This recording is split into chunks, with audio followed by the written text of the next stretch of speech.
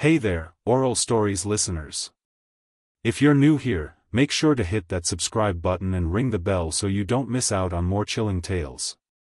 If you're already part of the family, smash that like button and leave a comment below, it really helps the channel grow. And for those of you who've been with us, get ready, because this one's different. It's not just a story I'm telling, it's something I lived.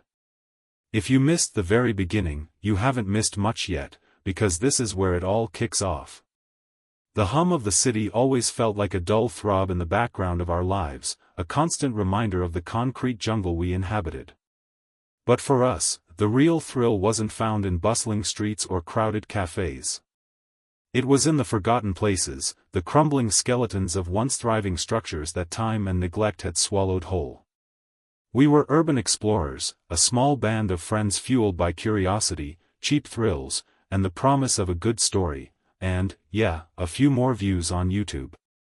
My name's Alex, and my crew consisted of 4 other adventurers: Liam, the meticulous planner and drone operator; Chloe, our resident photographer with an eye for the eerie; Sam, the muscle and comic relief, always ready with a bad joke to cut the tension; and Maya, the cautious one, who always reminded us to stay safe, even as she was just as drawn to the darkness as the rest of us. Our channel, a small but growing collection of explorations, showcased everything from abandoned asylum wards to decaying industrial complexes. We loved the history, the silence, the feeling of stepping back in time to witness what once was. We always adhered to a strict code: leave no trace, take nothing but pictures, and always respect the decay. That was our mantra. At least, it used to be. The idea for our next big adventure started, as most things did, with Liam hunched over his laptop, eyes glued to a flickering screen, a half-eaten pizza box pushed to the side. He was obsessed with finding truly forgotten places, the ones that didn't pop up on the first page of a Google search. "Guys, you gotta see this," he'd called out one Tuesday evening, his voice tight with an unusual excitement. We gathered around, a mixture of anticipation and weariness from our last late-night shoot. On his screen was a satellite image, grainy and somewhat obscured by tree cover, but clear enough to show a massive, sprawling complex deep in what looked like an endless expanse of forest.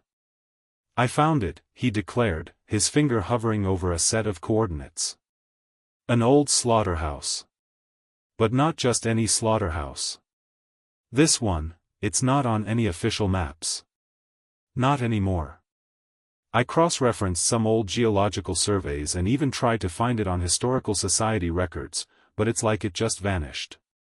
The coordinates popped up on some obscure forum for abandoned industrial sites, buried deep in a thread from years ago." My blood, always quick to pump at the thought of a new discovery, started to buzz. A forgotten slaughterhouse?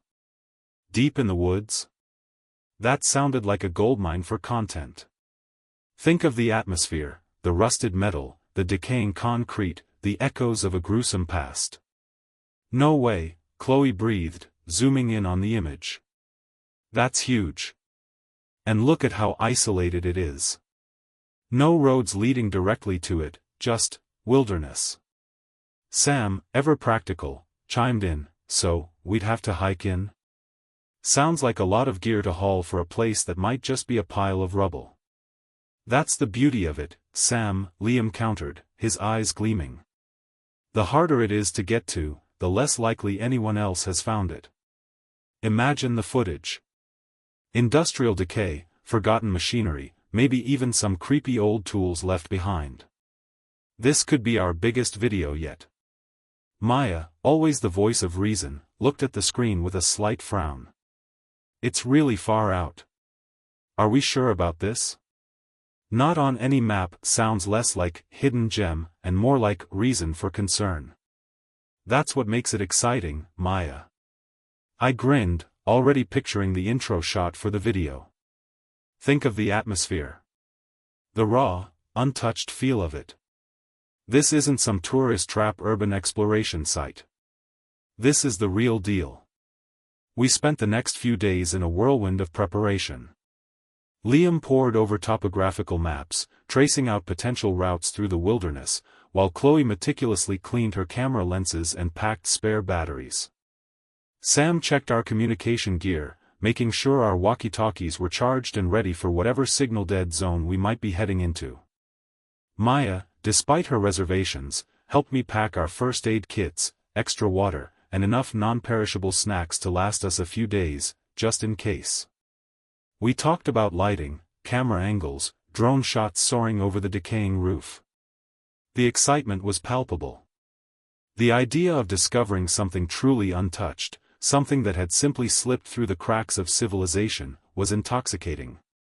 We'd seen countless abandoned places, but a forgotten, unmapped slaughterhouse? That was a whole different beast. We imagined the stories the walls could tell, the ghostly echoes of the past, the industrial might now reclaimed by nature. It was precisely the kind of content our audience craved, raw, authentic, and just a little bit terrifying. As the sun began to set on the day we planned to leave, casting long, eerie shadows across my room, I felt a familiar thrill mixed with a new, unsettling unease. It wasn't the usual pre-exploration jitters. This felt heavier. Like the air itself was thick with unspoken warnings. I tried to shake it off, chalking it up to my own overactive imagination, fueled by too many late-night horror movies. This was just another adventure, another abandoned building waiting to be documented. We were professionals, or at least, experienced amateurs. We knew the risks. Or so we thought. Little did we know, the true horror wasn't in the decaying structures, but in the secrets they held, and the things that still lurked within. The kind of secrets that leave a stain not just on the walls, but on your very soul. The journey started like any other. The sun was a cheerful disk in the sky, promising a warm, clear day. Our beat-up SUV, affectionately nicknamed the Roamer, was packed to the gills with camera gear, drones, tripods, lights, and enough emergency supplies to survive a small apocalypse. Sam was at the wheel, his usual booming laughter filling the confined space as he navigated the increasingly narrow country roads. Chloe was meticulously cleaning her camera, her brow furrowed in concentration, while Liam, ever the strategist, reviewed his digital maps on a tablet, occasionally pointing out a landmark or a turn. Maya sat quietly in the back, gazing out the window at the passing fields, her usual cautious demeanor a little more pronounced today. And I, perched in the passenger seat, felt that familiar thrill of anticipation, a mixture of excitement and a touch of apprehension that always accompanied our explorations. "All right, boys and girls," Sam announced, his voice booming over the classic rock blasting from the speakers. "We're officially off the grid. Next stop, nowhere in particular, followed by, definitely somewhere creepy." We all chuckled. This was our element.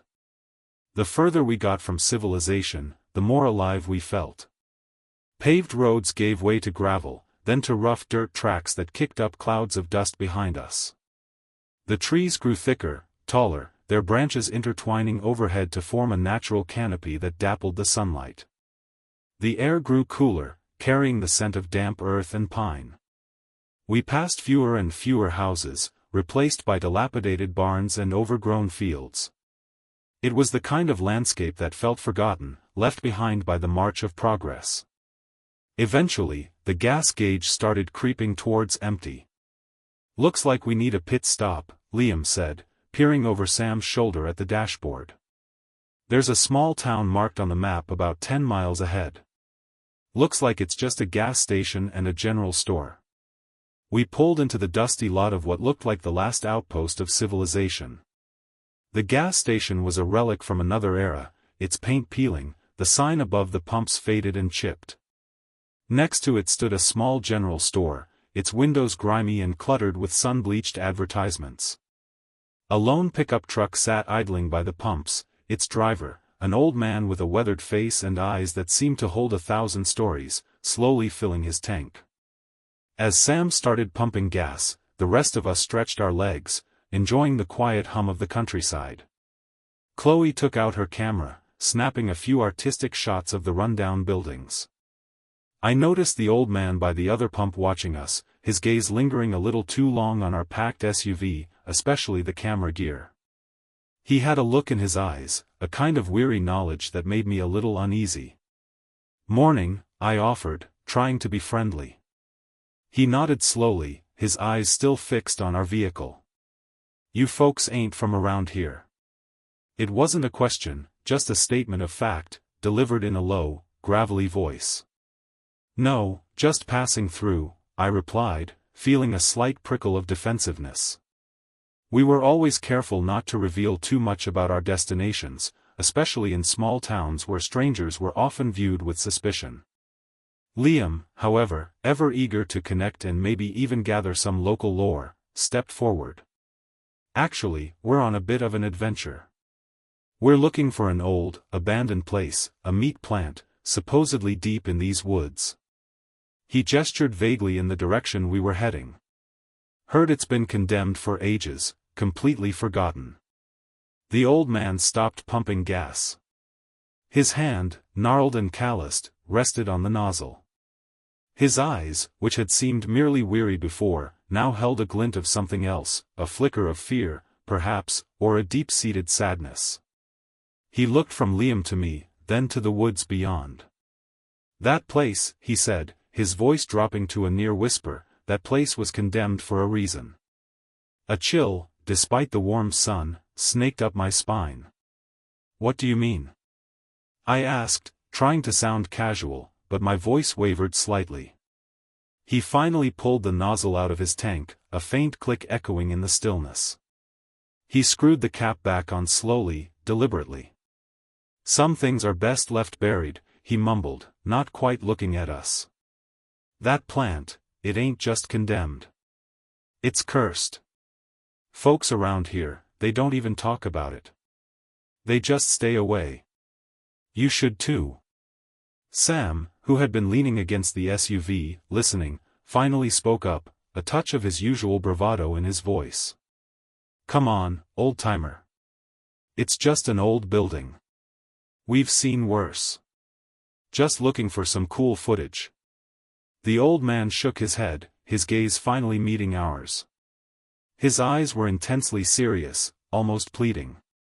"There's a darkness in those woods, son. A hunger. You go in there, you might not come back the same. Or at all."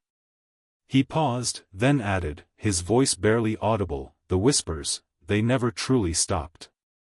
He didn't wait for a reply. He simply got into his truck, started the engine, and slowly drove away, leaving us standing in the dusty lot, the hum of the engine fading into the silence. A moment passed. Then another. The cheerful morning air suddenly felt heavy, oppressive. Sam let out a nervous laugh. "Well, that was dramatic." "Dramatic?" "Sam, that was creepy," Maya corrected, her arms wrapped around herself. He genuinely looked scared. Chloe, who had been listening intently, lowered her camera. He sounded like he knew something. Like he'd seen something. Liam, usually dismissive of such superstitious warnings, looked unusually thoughtful. "It's probably just local legend, trying to keep trespassers away. Every old, abandoned place has its ghost stories." I wanted to believe him, but the old man's words had struck a chord. The whispers, they never truly stopped. What could that mean? Was it just an old man's ramblings, or was there something more to it? The air felt colder now, despite the sun. We climbed back into the roamer, the silence inside suddenly more profound than before. Sam started the engine, and we continued down the dirt track, deeper and deeper into the woods. The trees closed in around us, their shadows lengthening as the sun began its slow descent. The sense of adventure was still there, but now it was tinged with a new, unsettling feeling. A feeling that we weren't just exploring an abandoned building, but venturing into a place where the past was still very much alive, and perhaps, very much hungry. We were heading into the heart of something unknown, something that held a secret far darker than we could have ever imagined. The old man's warning echoed in my mind, a chilling prelude to the horrors that awaited us. Would we come back the same? Or at all? The answer, I was beginning to fear, was already being written in the shadows ahead.